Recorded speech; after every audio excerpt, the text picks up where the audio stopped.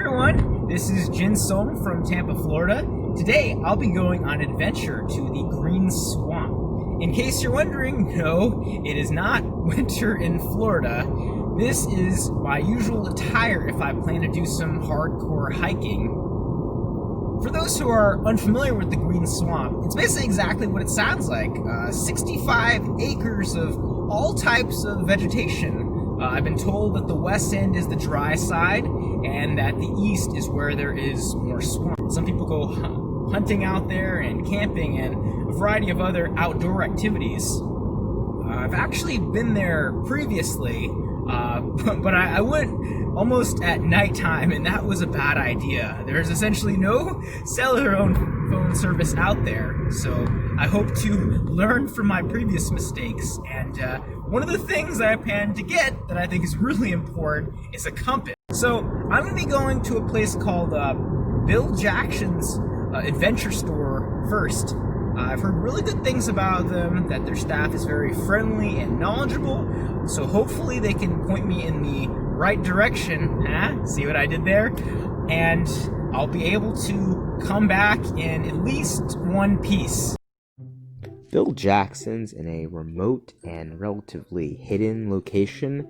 Were it not for a recommendation, I would have never even thought to look for an adventure store in a location like this. So I probably spent about 15 seconds trying to be methodical with my decision, but ultimately I gave in to my inner cheapskate. I'm in the compass section of Jackson's. This place is really cool. It didn't look all that big from the outside, but there's so much in here, and a cool area where you can like test out canoes, guns, and all kinds of other things that are really helpful for outdoors activities. I actually ended up going with this headlamp over here, just the cheapest thing I can buy, as you can tell in my methodical decision-making process. The same thing with the compass. In retrospect, I should probably get something like this. This would be good if I were using a map. But, you know, this is just my plan, like, B, if all fails. I don't think I'll need it, but, you know, it's good just to have in case, you know, everything else goes down the drain. That was a really cool stop just now. That store has more or less everything you would ever need for a long hiking trip. I definitely plan to come back here. I got lost several times just looking for items. Hopefully that's not a foreshadowing for the future ahead of me, but I definitely plan to come back here. So when it comes to outdoor trips, you'll tend to find that people come in two extremes when it comes to packing. They either pack really heavy or they pack very light. I tend to gravitate towards the latter. I'm not a huge fan of carrying dead weight, so I'll be showing you my pack for today. All it consists of is this handy dandy backpack, water, toilet paper, this headlamp that I won't have to use hopefully, and a compass. And of course, it goes without saying that you should always have a little bit of self-defense, but not for the reasons that you might expect. If a bear happens to get a hold of me, it'll be easier to take my own life.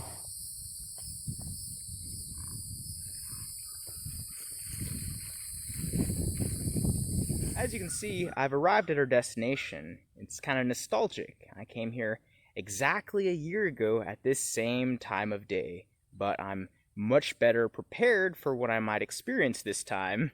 So let's go explore.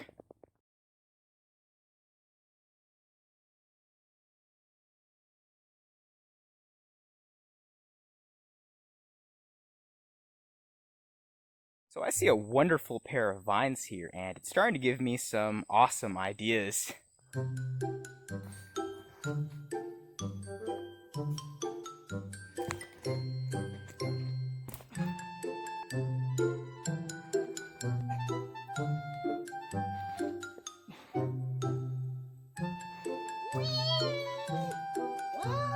Alright, so we finally arrived at our hiking trail entrance.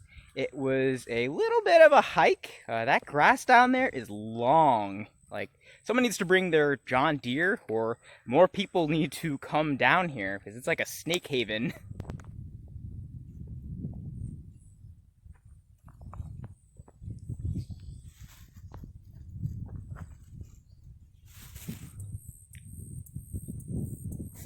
So I chose an alternate route from the last time just for the sake of variation, and it's surprisingly different.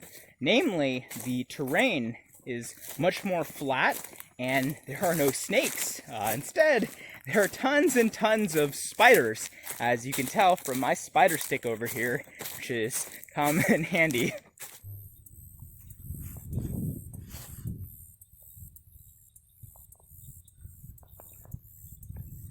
As you can tell, it's starting to get dark out here really fast, so it should be a good opportunity for me to use my headlamp. Maybe I should have tested the equipment before I brought it along, but hey, I guess we're just gonna find out. Everything beyond this point happened at night. Unfortunately, my camera wasn't able to record that, and frankly, I was more concentrated on finding my way back. It all seemed to happen so fast after that. I lost track of time. It had been a while since I had seen the last marker. I tried to turn back, but I couldn't find the original trail. Just like that, I was lost. I don't think it matters how much time you spend outdoors. There's always a moment when your brain goes, "Oh shit, what did I get myself into?" I clearly needed to calm down. So the first thing I did was take a deep breath. I accepted the reality of the situation, and I let it all out. I had planned for this possibility. It was unfortunate, but now was not the time to blame myself. The important part was that I arrived back home safely. In land navigation, the primary course of action when you lose your way is to navigate to the last known destination.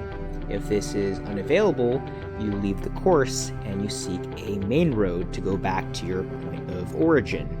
Unfortunately, the environment presented a unique set of challenges, namely the terrain and the limited visibility. So while I was struggling to identify any familiar landmarks in the dark, I turned to my old trusty pal, Google, which helped me identify the position of the main road.